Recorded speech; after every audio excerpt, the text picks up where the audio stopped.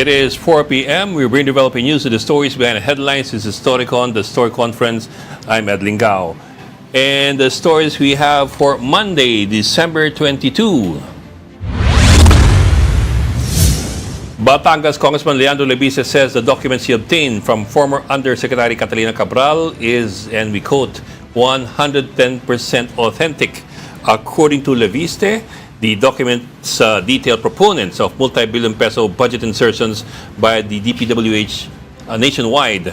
The lawmaker refuses to disclose the names in the soft copy, leaving it to the DPWH Secretary Vince Dizon to do so.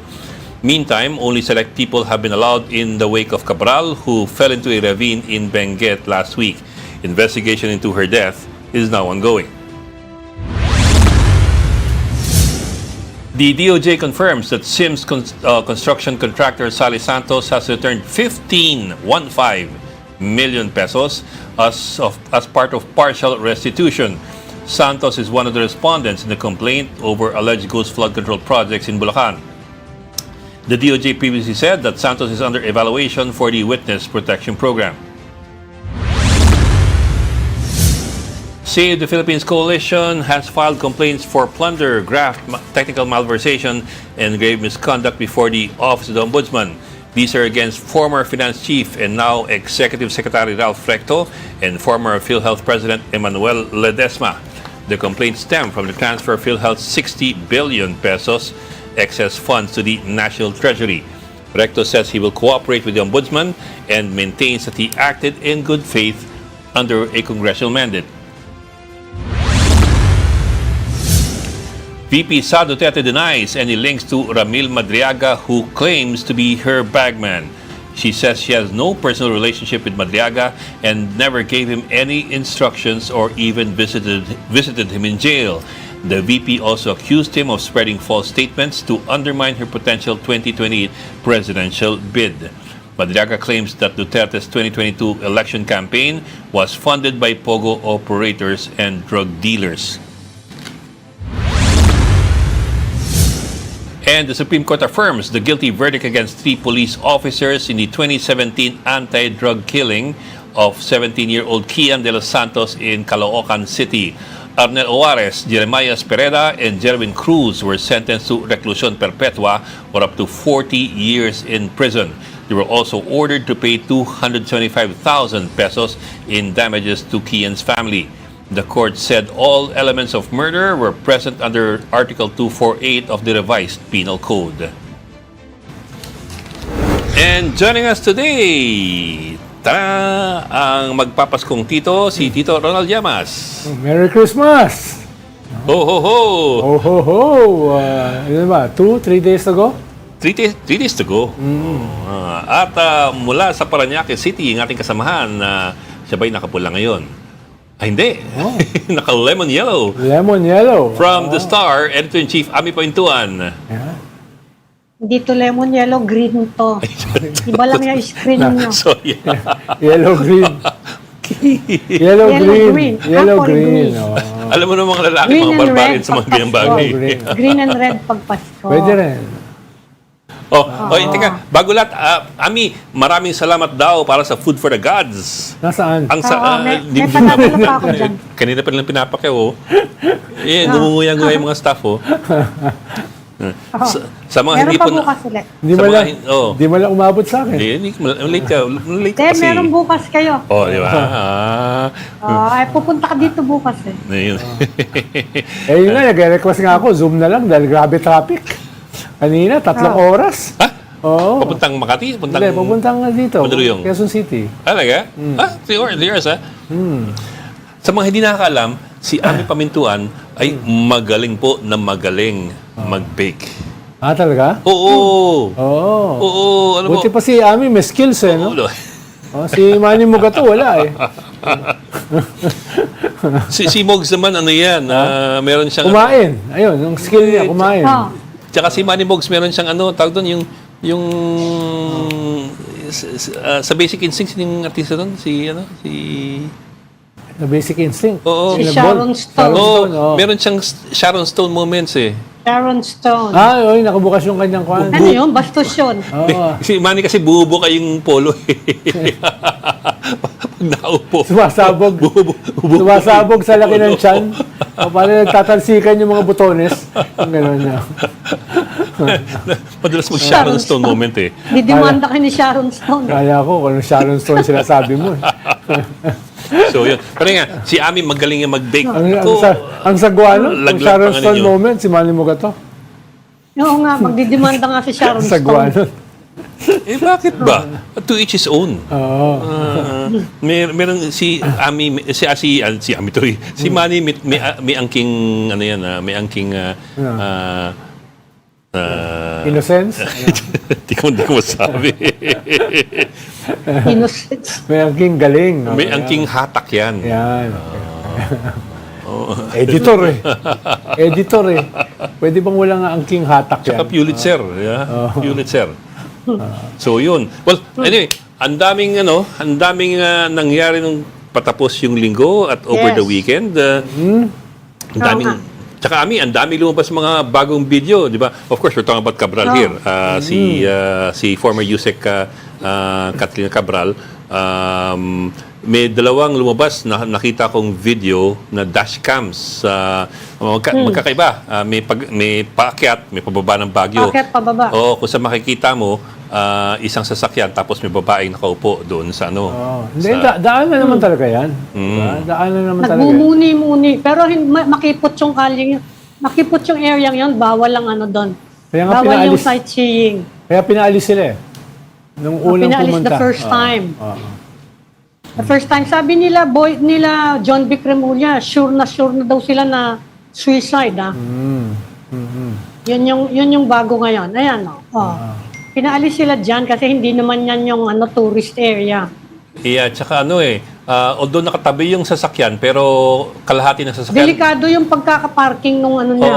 Nandun siya sa nakausli gilid. pa rin yung kalahati ng sasakyan doon sa pinaka, sa Ayan, pinaka-kalsada. Yun, mabuntik na magkabanggaan yung dalawang Kailangan talaga umiwas yung parating eh. Delikado nga. Kahit siya kung nag-park siya near the mountain, din yun, dangerous din eh. Yung kipot-kipot niyang kalye, makipot ang Canon eh. Yeah. Lalo na kung may mga truck dyan. Although, we were talking about it kanina, kasi mukhang ang basis ng declaration ni John B. Cremulya, yung Interior Secretary natin, na mukhang suicide siya dahil sa autopsy, Yung mga injuries daw. blunt force trauma consistent with a fall from a height, yung apparently yung pagkamatay. But yun nga, my question din is, yes. Pwede siyang itinulak. Yeah, yun nga eh. Perhaps that is true that the injuries are consistent with the fall from a height, but the injuries will Pwedeng not show tinulak. you whether or not she fell Or accident. Pero ang hirap magtulak dyan dahil maraming ang dumadaang sasakyan. Well, that's also true. Oo Diba? nga eh. Oo nga Hirap din magtulak dahil araw Kaya eh. accident, pero kung accident yun, baka may nakakita. Araw eh. Sabi ng asawa, Siyempre kung tatalon ka, siguraduhin mo na walang dumadaan. actually yung asawa nagsabi na posibleng aksidente, posibleng nadulas, or posibleng Pwede- nag-suicide. Yun yung sinabi Pwedeng ng asawa. Dalawang possibilities. No? Medyo mahirap nga yung tinulak. Oo. Kung tinulak yan, baka kumapit pa yan kung saan di ba? Tsaka Kung ayaw araw mo eh. pang maana di ba? Araw, Siyempre, you will daanan. try to save yourself. Araw, daanan ng kalsada. Di ba? Oo. Kung si, So, kung si yeah. Manny Yun Mugato ang yung... tendency mo kung Tatalbog. hindi yan intentional. You will try to save yourself Kung accident siya o tinulak, kahit papano meron yung na kakapit ka dun sa... May mga may mga damo-damo, di ba? Tsaka hahanap na ng lugar na hindi ganyan. Hindi daanan ng sasakyan. Di ba? Oo. Pag si Manny Mugato tinulak mo, baka ikaw pa mahulog. Si Mugsal lagi. Sasama Ikaw talaga si Mugsal ka pinag-init mo parati. Ayun nagmumuni-muni ron Oo. Nakatingin sa kawalan. Oo. Ayun kung ayaw mong talagang siya, no? Actually, pwede mong kausapin dyan yung US Embassy para Very strict. para gamitin yung kanilang satellite. No? Pwedeng Para makita. pwedeng tignan ng satellite yan eh. Pero Bok, hindi naman yung satellite, hindi naman siya rolling the whole 24 hours a day eh. Di ba? It takes snapshots every now and then eh. Ang taas, ang tarik-tarik, ano? So, Hindi, hahanapin mo talaga, kasi yung oras at saka yung lugar, no? Tapos i-focus nila. tsaka, it also depends on how much interest the US has in this case. Pero, sabi ko nga, kung papatay Ba't naman ka, sila di ba? mag-ubos ng resources, di Yung ba? pingaanoin mo, di ba? Mag-West Philippine Sea na lang sila. So, there. Yung nga, Ayan, no? Walang makakapitan, ano? yeah. Well, the point being, over the weekend, nagsulputan ang sangkaterabat isa na mga conspiracy theories. Dashcam. Oo. Hindi lang dashcam, mga conspiracy theories mas marami. Pati yung guest nyo rito, si Harry Roque. May mga sariling conspiracy theory eh. Yeah. So I Hindi ba, suppose... Ed, nag-cover ka ng pulis eh. Di ba mas madali kung barilin na lang?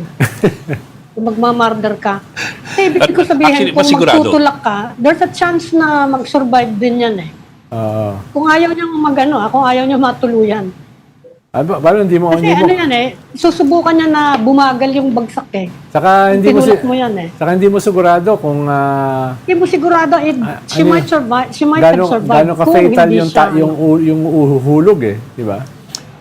Although, Ami... Pag si Manny Mugato, medyo ma-absorb eh. Si Manu gano'n naman. Ma-absorb. Saka ano ka eh, dadahan-dahanin mo yung fall mo eh, kung aksidente yan or ano eh.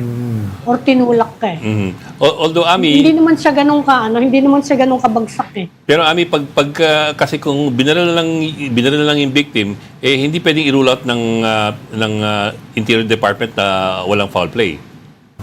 Kahit naman yan, di pa nila ma-rule out completely. Pag ako dyan, baka nag-tumbling pa ako kung papatay ka eh. na rin lang, sisiguraduhin mo, di ba? Ano ka, si Scheider? Ganun pa ako. Tumbling pa ako, tapos bagsak ko. Nakatayo. Oo. Yung napapalood mo sa sine. Para si Scheider nga. So, ano yung limang Star Rangers? Si James Bond, pag nahulog, ang bagsak niya, nakatayo. Hindi. Kung si James Bond yan, yung mahuhulog yung kalaban niya. Kung si James Bond yan, biglang may lalabas na parachute. Medyo pasayad yung mga comparison eh, di ba?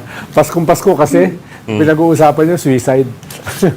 But anyway, I suppose the point being, be careful then, to the general public, be careful then with the conspiracy theories kasi... Well, for now, yung forensic evidence, ang tinutulak ay suicide. Suicide. For now. No? Unless may ibang ebidensyang susulpot. Oo nga. Kasi I know it's really very interesting to look into conspiracy theories, pero at the same time, you also have to be responsible about the things that you spread on social media, especially if it's a conspiracy theory. Actually, siyempre, aasahan mo yan dahil nga sa context eh. Di ba? Yeah. Sa context ng mga pangyayari. It's a context of lack of trust Siya yung- over a lot of institutions. Yes, lalo na siya yung isa sa pinakamaraming alam. 'Di ba? Sa mga pangyayari. Siya yung pinakamaraming alam dito sa DPWH, sa syndicate, scandal, etc. Yeah. At nangyari yan nung panahon bago siya mag-testify o bago siya hulihin. Ang alam ko kasi before Christmas ay talagang kakasuhan na siya. At sinabi na rin sa kanya yata yan nung meeting niya sa ombudsman na maghanda ka. Tsaka Plunder. If you listen to Non-bailable. Plunder talaga yung balaki kaso sa kanya. Ed, anong latest nyo dun sa Ion Hotel ba yun? Ion? Well, nag-resign yung abogado. Yung abogado, nag-resign. For her well-being. For her well-being daw, which is quite curious because of the timing. Abogado nino? For Ng well-being. Ion Hotel. Ang Ion Hotel, So, nag-resign. it's a curious coincidence. Matapos halughugin ng NBI nung Sabado yung hotel. Dahil ang may-ari pala Based on a search warrant. dahil ang may-ari May search pala warrant talaga. May-ari pala talaga si Cabral. Tapos binenta niya this year. Dinideny nila yun kay Eric As of Yap. today ba? Hanggang ngayon, dinideny pa rin nila. Sino nagdadala? Wala daw silang connection sa mga well-known personalities. Yung Up pamilya. to today, yun ang official statement ng hotel. Ewan ko kung hotel. bago na sila. Kasi pero pati yung DILG, yun ang sinasabi, iniimbestigahan nila yung angulo na yun. Tsaka ako yan, may paper trail yan. May bentahan yan eh. No, Saka nag-issue ng warrant yung korte. Yeah, Kaya nga I na-search. think a search warrant. Kaya na-search. Pagkatapos ng search, nag-announce ng resignation yung abogado ng hotel. Well, the other curious thing that came up over the weekend was yung statement ng asawa ni Cabral saying na nagpunta si Yusek Cabral sa Baguio para magpahinga at magpalamig. Mag-distress. Oh. Yeah, I think those were the words. So I suppose a lot of people also found that curious kasi pupunta mag-isa.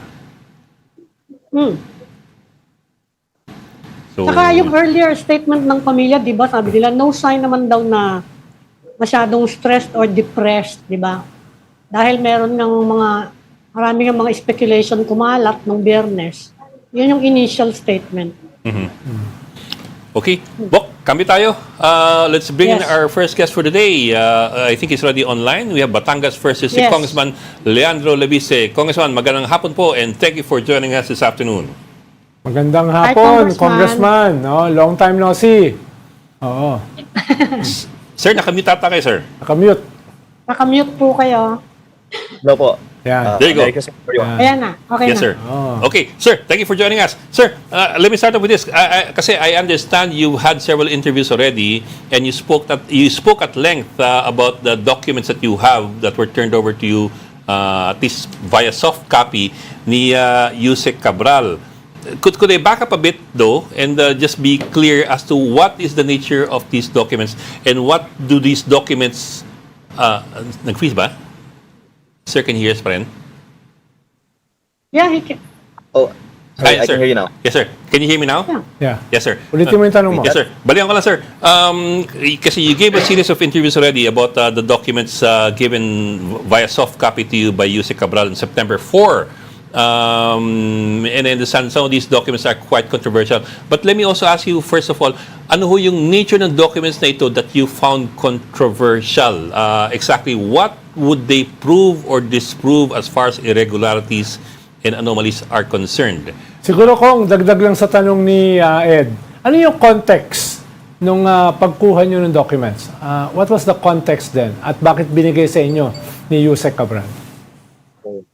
First to Mr. Lingao's question, there's no surprise that almost every congressman and senator is allowed to insert projects into the DPWH budget. The document just proves that it happens even in the National Expenditure Program before it is even submitted in the House, which supposedly it comes from the DPWH, and shows which project has been proposed by which proponent. The more surprising part is that even members of the executive, including cabinet secretaries and undersecretaries outside the DPWH, have their own flood control project insertions according to the list. And there are even private individuals, I can say, who submit projects into the DPWH net. To Mr. Llamas's question on how I got it, I have also stated that on September 4, with a phone call by to Yusek Cabral and Yusek Cabral also to Secretary Vince. Secretary Vince had to release the documents to me, and I'm thankful that he did so in the interest of transparency. I also previously visited Yusek Cabral's office 7 and had other communications requesting for information on the DPWH budget per congressional district because I think this affects all congressmen during the budget allocation period. And it was after Secretary Vince was to the DPWH that it was finally released to me. So I'm thankful for that, and I hope that the DPWH can make public more information about the budget. I think we can imagine they're sitting on a wealth of information that would be very interesting to the public. To clarify lang sa Congressman, no? Facilitate ni Secretary Vince Dizon yung pagbigay sa inyo ng mga documents. At ano yung scale ng documents? Gaano siya karami? Pag sinabing binigay sa inyo, anong kwanon? Gaano karaming volumes yun? No? Gaano kalawak yung information na ibinigay sa inyo? I set the meeting through Director Alex Bote from the office of Yusek Cabral.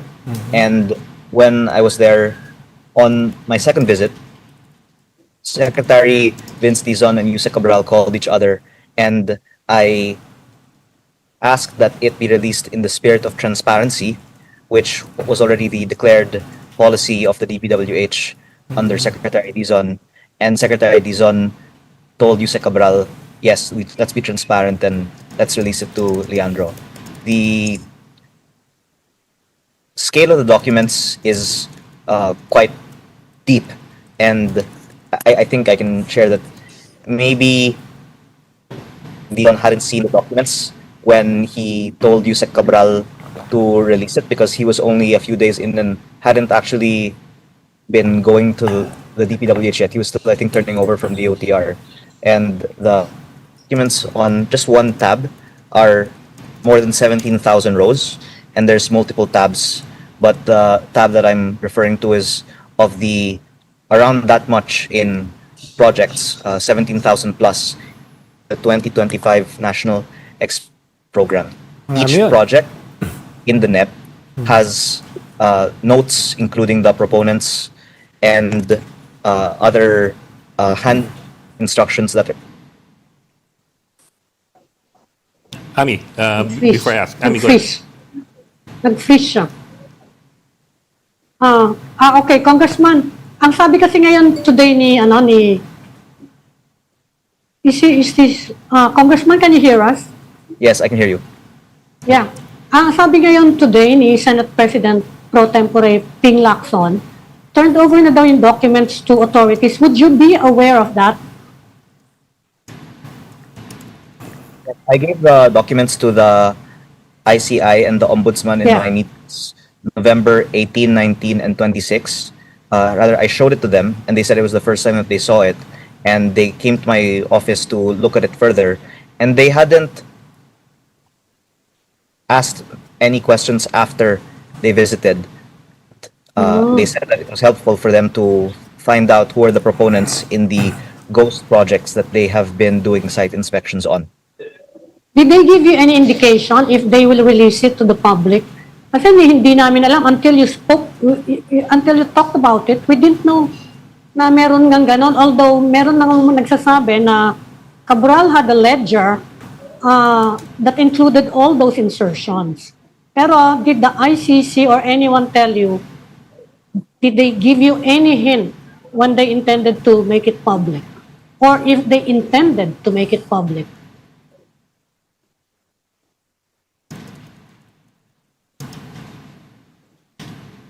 Congressman? Nag-freeze ata eh.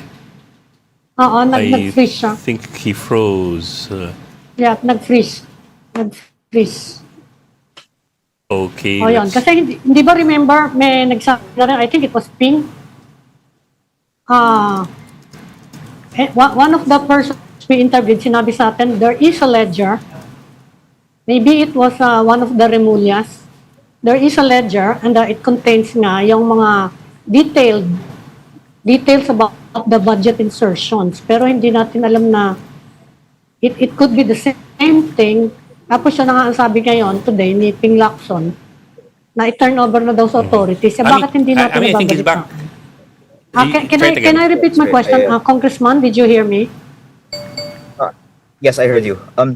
Yeah. So- Did they give any indication I'm if they quite plan to sure- release it to the public? Has the same files. So I suppose that the Ombudsman and the ICI can also get that and even more files from the DPWH. But when I met with the ICI, and it was Secretary Singson whom I was mostly coordinating that meeting with, they were more focused on taking a look at it because it was the first time that it came to their... And I'm not sure if the files that Ombudsman Remulla was referring to are necessarily the same ones, because this file refers to notes that are digitized as well. There's a column that reads handwritten instructions, and the assumption is that in the DPWH they take a lot of notes of things, and it will be good for the DPWH Planning Services Office to just share everything with the ICI and Ombudsman, which, according to then Commissioner Singson, was not done. Sir, sir, let me just get something clear. So we're not really talking about insertions in the same sense as yung mga BICAM insertions. What your list really shows are proponents dun sa level pala ng NEP building. Dun sa pagpuputulin pala ng NEP. Yes. Some people. Oh, I But think we get in my opinion, it's even more of an insertion if it's in the NEP, because the NEP is supposedly in submission, and until the latest budget deliberations, the DPWH denies that the NEP are including insertions or proposals of politicians. And sorry, can you hear me? Yes, sir. Yes, yes, we can hear you. Sir, baka it's better if we use na lang a phone. We have somebody call up your cell phone kasi mukhang yung data nahirapan tayo sa data eh. You're getting choppy eh. If Yes, it's that's okay, sir, we'll call your cell phone if that's fine para mag-audio na lang tayo kasi hindi tayo nagkakaroon ng napuputol-putol din eh. Ano, Ami? What do you think? Yeah. Baka better if we Sige. just call you on the phone. Mobile siya eh. Kasi nagdi-disconnect din eh o nag-freeze din eh. Actually, But yes, sir. Sir, we'll call your phone, sir. We're calling your phone right now. Is then composed of proposals from politicians. Ms. Pamantu mentioned the allocable. There's 401 billion of that, and the excess of 120 is acceptable. Also has proponents. In fact, the allocable is the easiest to identify because we know that the district congressman has some control over the projects in their district. The allocable is for the district congressman, but the outside allocable is where the extra budget that includes the so-called leadership fund, which is actually called that in the file. It's called Leadership 1 and Leadership 2. And other people that have extra budget allocations are also indicated in the file. Okay. Who got the leadership funds? Who got the leadership funds? Actually, in November, I already shared information about this list in relation to the projects of Congressman Edwin Garjola in my district. Yeah. Because he has 6 in my district, where 4 of them are under a list called CENTI 20, which is 20 billion of projects in this August 2024 file that in 2025 almost all ended up being awarded to companies linked to Congressman Garjola. And there were 2 projects of his in my district that were among the leadership tagged projects. So the meaning of that is that the leadership projects ended up with different groups of contractors, but at least 2 of them, the ones in my district, are from Congressman Garjola, and they are not insertions if you define that as BICAM. They are in the NEP, but effectively the same, and in fact even more hidden because they are being represented to be DPWH proposed. Sir, I'll go back to yung listahan ninyo na yung mga pre-NEP proposals or proponents eh. Tell me if I'm getting this right. If I understood you correctly, the controversy is more of you have proponents who do not seem to putol ba? Hindi, ayan siya. I can hear. Nandyan siya. But ewan ko yung connection niyo, ha? No? I can No. see him eh. Sir, can you hear us, sir? Hindi narinig yung sabi mo kanina, Ed. Oo nga eh. Sir, we're calling you right now, I think. Let's use na lang mobile phone. Okay? Are we on? Yes, I can hear you. Okay, sir. Yeah. Thank you, sir. Pasensya sir, medyo choppy-choppy tayo eh. So I figured it's better if we just talk on the phone eh. At least klaro tayo dire-diretso. Anyway, sir, my understanding, and tell me if I'm getting this right, my understanding is that the controversy over this list of proponents, as you might call them, dun sa NEP projects, is more of the nature of the proponents. You have people who are not just legislators, but you also have people who are in the executive, may mga secretaries and undersecretaries and so on down the line, and private individuals. And I understand your point of view, sir. Pero my question is this would it necessarily be anomalous or irregular? Ibig sabihin, irregular na ba at maanomalya na ba kung hindi congressman o senador ang nagpanukala ng budget na isasama sa NEP? I ask that because parang my impression is that that's not necessarily a bad thing because proposing projects is not the sole prerogative of legislators. In fact, pag congressman at senador na magpropose, magmumukha pang pork But constituents, private people, and even other politicians, I suppose, should be able to make proposals to be included in the NEP for consideration by the House in the future. Because they are constituents and they are officials. And then, therefore, it would only become more of a question of tama ba ang pagpipili ng DBM na itong proyektong dapat prioritize. Yan po. That's my question po. However, include cabinet secretaries and undersecretaries outside of the DPWH, which have no connection to the DPWH, and also names of contractors. And some of the congressmen and senators and other officials named in the proponents might also have some links to the contractors that ended up being awarded the projects. And that's why the question of who is the proponent of a project is important, because it is not conclusive, but it is some indication of evidence that there is some transaction involved in proposing a project and the contractor eventually wins the project. I think the clearest example of this is the cases where the proponent is an owner of the company that ends up as the contractor of the project, of which there are some. Yes, sir. Yes, sir. That is clear. Yes, sir. That much is clear. Pag may conflict of interest, that's clear already. Contratista, for example, and so on down the line. Pero otherwise, sir, wouldn't it be, part and parcel of the process for other people to be making pitches to the DPWH na isama mo naman to kasi kailangan namin dito? Yes, I think we're not saying that there's automatically some wrong with insertions, but that the identities are not disclosed. Okay. So if the identities which are available are disclosed, then the public can do its own research, and maybe the reporters would actually have a lot of topics to research on what is the connection between each proponent and the contractor that ends up doing the project. Yes, sir. I get your point, sir. Especially about the contractors. I agree with that wholeheartedly. Na if it's a contractor making the proposal, medyo alangan na talaga yun. But I would want to be fair to contractors. It's not only the contractors that are doing transactions with DPWH, because even a friend of a contractor can have some consideration received from a contractor, right? And that's it's true. very hard to pin that down.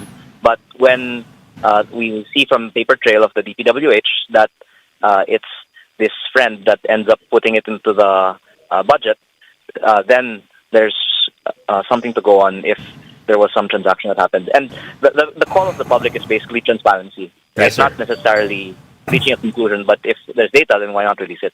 Yes, sir. Sir, in line with that, yung transparency call ninyo, baka it's just about time to release it already. Anyway, si Vince Dizon gave the green light for Cabral to give you the document, and you're a public official, so I suppose that also means na it's free for all. Pwede release. Yes, I have a few points to that. The first is I'm thankful that he gave it to me, but I didn't tell him at that time that I was going to release it to the public. And I think it's only courteous that I allow them to address this themselves first. But second, that the reaction might be that if it comes from me, some will question, whereas I'm sure that this came from the DPWH. So if the DPWH is the one that releases it, and I have another copy, I can corroborate that it's the same file that I got, then they can be the best one to also give more background and explain the contents of it. And lastly, because there's a lot of people that are listed here, there might be a lot of consequences to its release, and some actually that might be quite dire given recent events. And I therefore respect that there might be some process that should be undertaken before releasing the files. Congressman, have you talked with Vince Dizon today? Kasi lumabas ngayong araw yung mga news about it eh. Did he get in touch with you? Have you have not. talked to him? I have not. And I sincerely believe that they want transparency and reform in DPWH, but of course it's not an easy job to reform the allegedly most corrupt organization in government. And there's a reason for that, because a lot of people are benefiting from it, and it should not be blamed on them if they can't make everything transparent and corruption-free overnight. And another thing, what exactly is the leadership fund?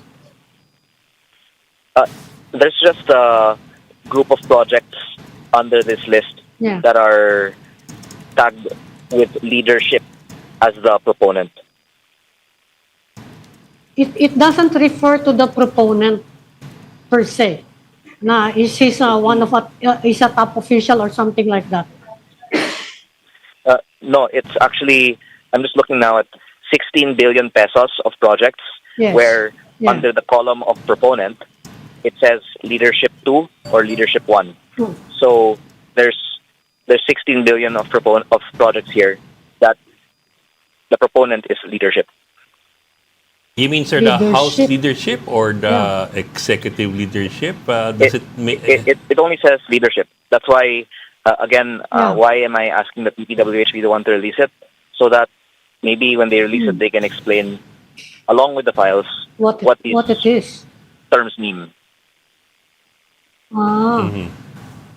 Kasi ngayon ko lang narinig yan, Ede. What is a leadership fund? Well, from my understanding from sa kwento ni Congressman, hindi naman siya talaga leadership fund per se. Although, meron lang column kung saan ang proponent is leadership. Yes, but what I would say approximately Ibig sabihin siguro, mga bossing. The leadership fund is allocable is 401B, and kanya-kanyang diskarte among district congressmen what to do with that. So that's not leadership. What is leadership is the outside the allocable, which is the bulk of the 320B. Now, the 320B includes here TICAS, which I think are the DND or AFP's DPWH projects.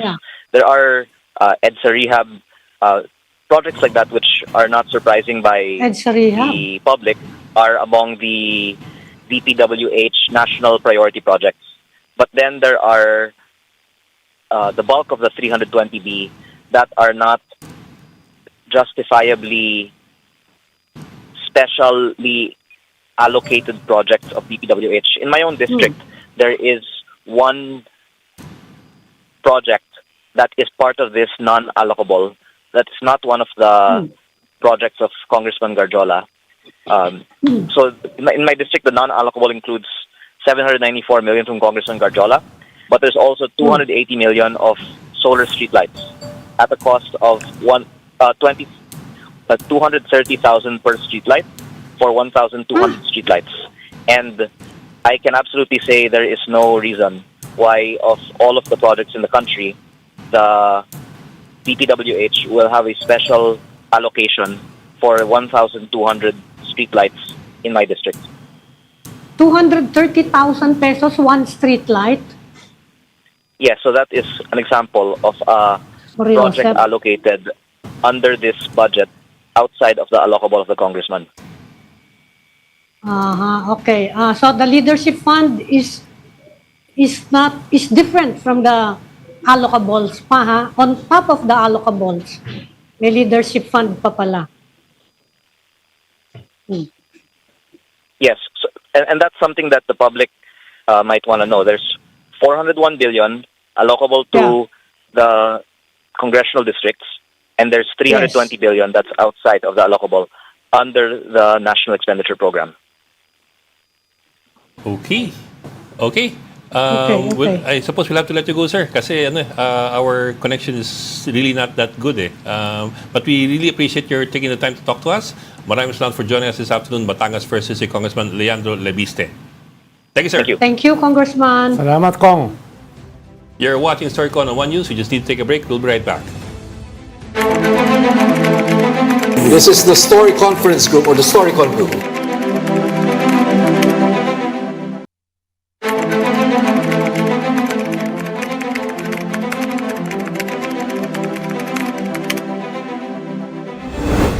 We've got developing news in the stories behind the headlines. Welcome back to Storycon, the Story Conference. I'm Ed Lingao, and of course with us, Ami Pamintuan ng Philippine Star and Rol Llamas, our international man of mystery. Ang daming ako na. Ang daming introduction. Yun naman original mong pangalan, di ba? So, Ami, anong tingin mo doon?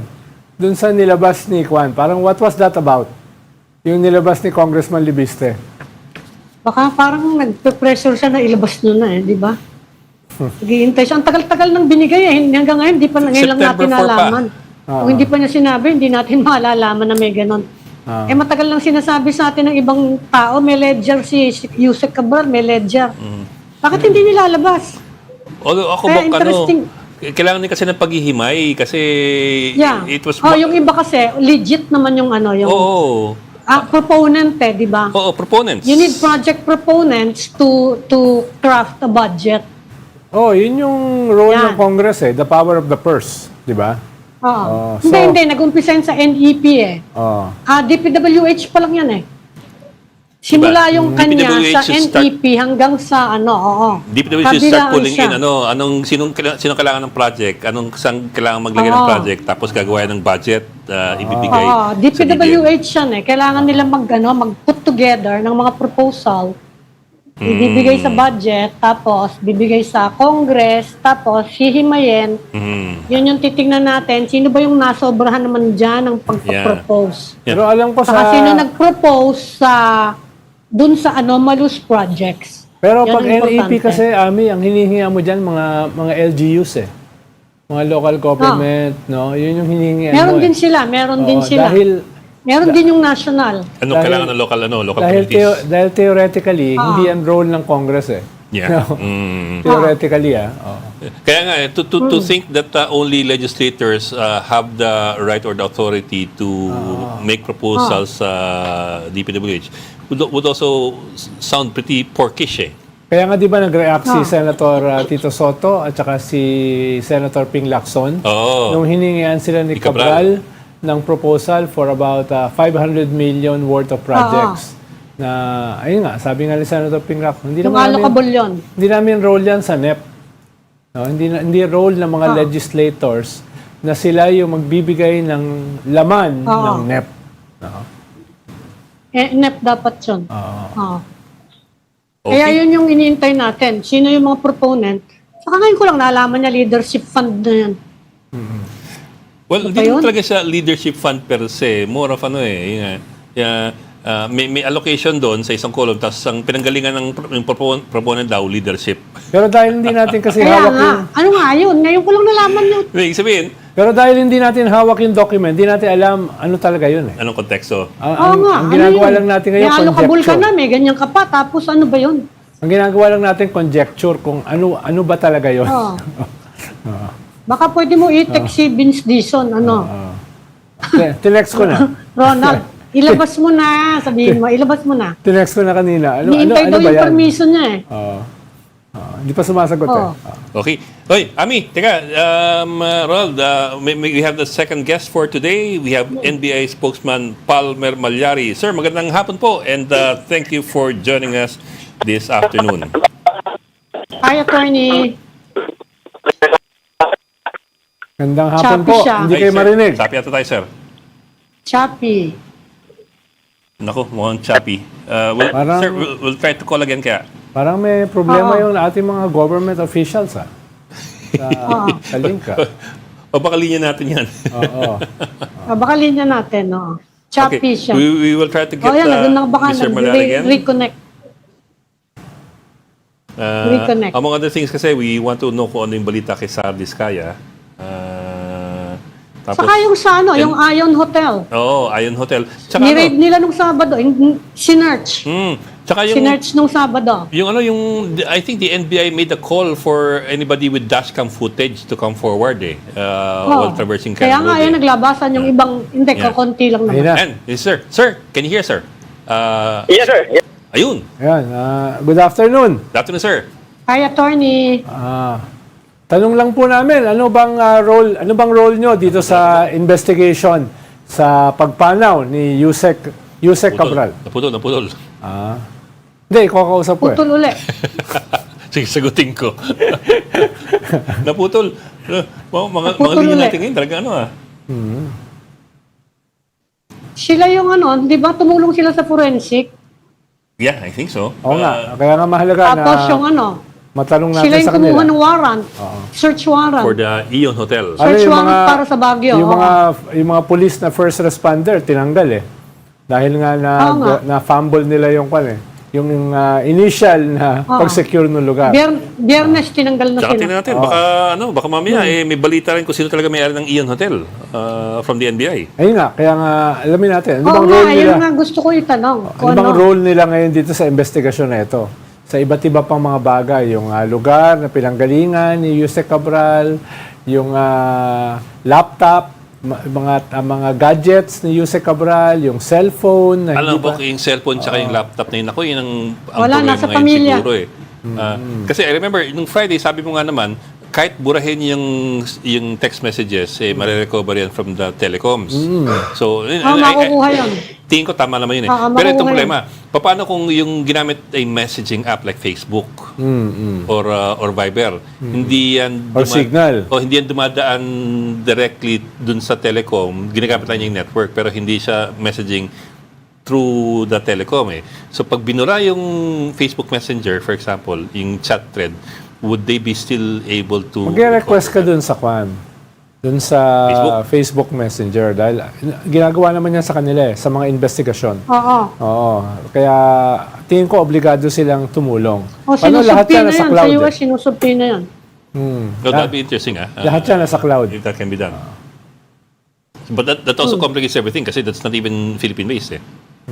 Hindi gaya ng Globe. Siguro yung panahon lang, hindi ganun kabilis. So, si spokesman Malyari, is he here already? Wala pa rin.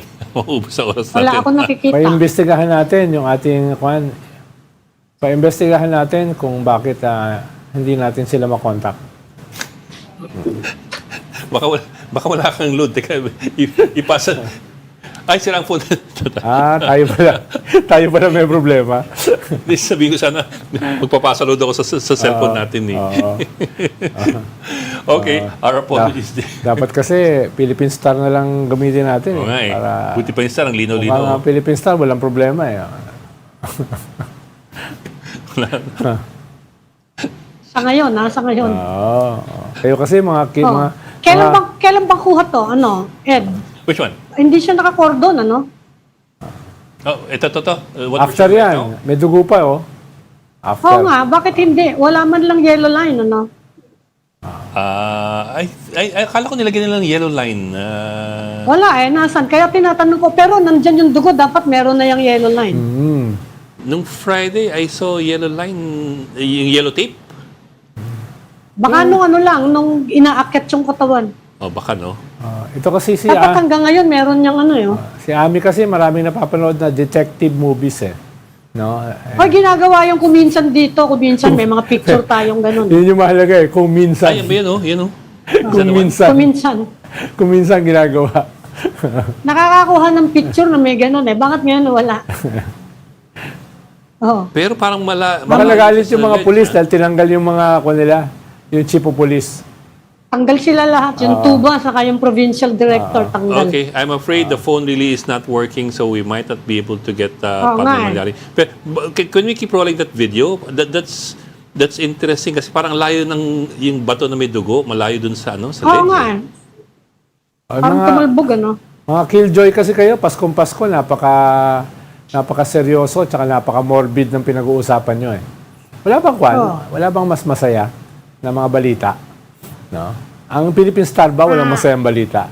Yung pang-Pasko na balita, Ami. Oh, Ami. Merong kalye sa New York, pinangalan after Dr. Jose Rizal. Okay, that's In better. honor of the ideals of the Filipino migrant community.